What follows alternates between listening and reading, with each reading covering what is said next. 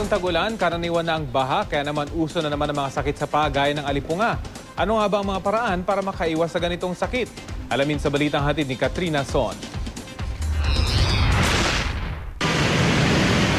Ngayong tagulan, pasakit na naman ang mayat-mayang baha.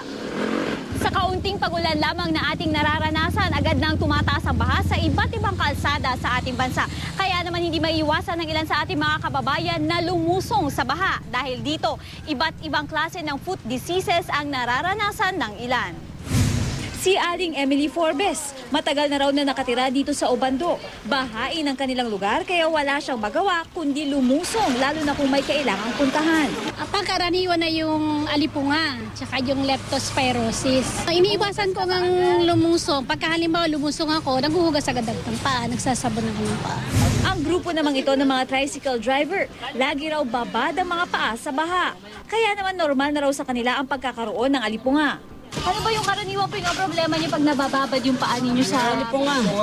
Makati, tsaka hindi ka makatulog sa gabi. Makati, mabde. Talaga ganun nasa mababang lugar tayo. Wala tayong magagawa.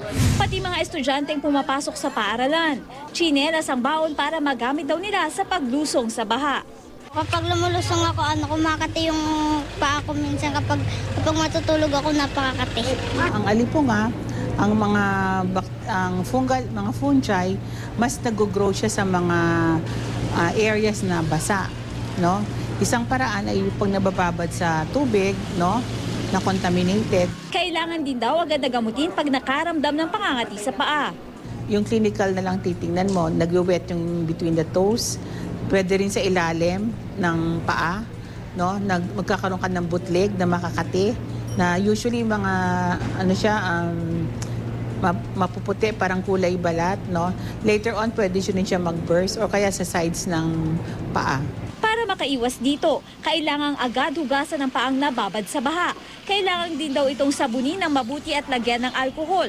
Kung may alipunga naman at hindi agad may patingin sa doktor, pwede mong gawin ang mga sumusunod. Paghaluin ng isang baso ng puting suka at isang baso ng maligamgam na tubig sa isang batya. Ibabad ang paa ng 15 minuto. Pagkalipas ng 15 minuto, punasan ng mabuti at lagyan ng foot powder. Gawin daw ito 2 beses sa isang araw.